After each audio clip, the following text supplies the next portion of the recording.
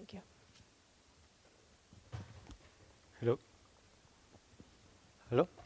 Yeah, is it good? Okay, so as everybody here, I only have 5 minutes, so what I will present is just like the main basic result of my research, but then I have a poster that is poster F18, so if anybody is interested, of course now I can answer questions, but then you can go and ask me today, later during the poster session. So I have been working for the last year here at the University of Zurich, where I have been studying signaling pathways, noise, and information. That is a topic that has been researched before. So signaling pathways are, or as everybody knows, one of the main, or the main way that cells have to acquire information. They basically work all kind of similar in the sense that they all have receptors that are going to detect or sense some signal or ligand or cue from the environment, and then they are going to transmit the information through some intermediary interactions or reactions until at the end, ultimately, they are going to regulate gene expression. And the thing is that these processes we have seen here in many of the talks are stochastic or they are noisy because the molecules that they are sensing or the signals they are usually diffusing in the environment. So the detection of these molecules depend on the probability that the molecules collide, and then also the gene expression is a noisy process. Oh, sorry, it's a noisy process. So this is all going to have some stochasticity involved. And the problem with the stochasticity is that if instead of having a deterministic response for each stimulus, what you are going to start having is some distribution of responses. Of if you have two different concentrations of a nutrient or whatever it is, then you will have this distribution of the receptor that is binding to the nutrient, and then there is going to be a little bit of overlap between the responses, and this overlap is going to create some more centrality because the cell is not going to be able to distinguish which stimulus is creating this specific response.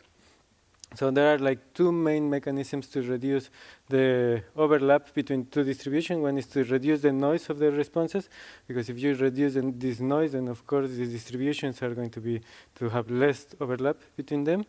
And the other basic mechanism is if you use a wider spectrum of responses, right? If you use, for example, more receptors to detect the signal, then of course you can like put apart each of these response distributions. Right?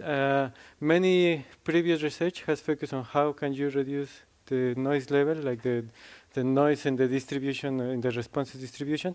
But what we have been researching is more like if you have a fixed system where you have a fixed number of responses, for example, a fixed number of receptors, then how can you optimize the kinetic parameters of your system so that you can get the maximal information possible, or optimizing acquisition of information.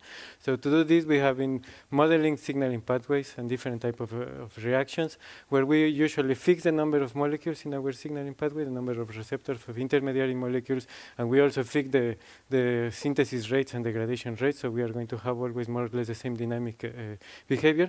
And then we explore within a range of signal values which will be the parameter values that are going to optimize the information of acquisition. And what we were expecting, at least initially, of the hypothesis, that the system was going to reduce the more possible noise, so it was going to increase the information that the system was going to acquire. So I will just show with the most basic system that we have been working. We have been working with complete signaling pathways and gene expression and many things, as I say, but I will just explain the first basic result with a reversible binding interaction, like for example between a receptor and a signal, because well, it's really simple to understand. There are only two kinetic parameters, the association rate and the dissociation rate, that are going to define the affinity between the receptors and the ligands.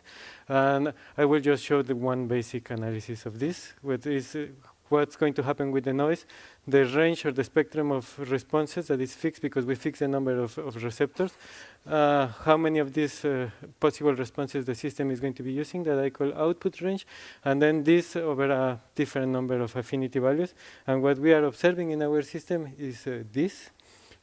What we can see here is the normalized value of the information, the output range, the spectrum of outputs that is using, and the noise normalized by its maximum value. And then on the x-axis, we are seeing the affinity values. And what we are seeing is that all these things are having a bell-shaped behavior, which basically means that the maximum level of information. Oh, is this here? How does this work? The middle button. Thanks. The maximum value of information that is this black line in here is going to be really closely located with the maximum noise level and with the maximum output range. And to understand what is happening, this is a quite simple explanation. When you have a high affinity, for example, like in here, your system is not going to have any noise because it's going to be saturated by the number of signals. But at the same time, it's impossible for it to acquire any information at all because it's always having some saturation in the number of receptors. When you have a low affinity value, then you are unable to sense because they are never binding to the signal. So you again don't have any noise because there's no formation of any complexes. So there is no type of stochasticity in your system. So the only thing that the system can do is to bind and unbind constantly from the signal. And when you do this, then you are going to have a different average number of receptors that are going to be binding. But this is going to increase the noise level in your system. But at the same time that you increase the noise level, then you can increase the information that you are acquiring from the environment. So we have been testing this with changing many other parameters, including more different type of mechanisms. And what we are obtaining is that this bell-shaped curve is constant over all type of signaling pathways. So what our results, at least until now, are suggesting is that to signaling pathways to obtain information, they always have to increase the level of noise in the system. That is contrary to what we were expecting. If you want to know a little more about this research, you can come. This is a project that I have been doing in the University of Zurich with all these people. They are all working with noise evolution at Andreas Wagner, Professor Wagner group. And again, my poster is poster F18. And thank you everybody for your attention.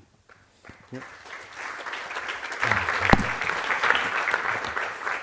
So thank you very much. Do we have any question for Eugenio? Yes. Yes, we have one. Thank you. I assume that you try to use Shannon entropy to calculate the information that you have.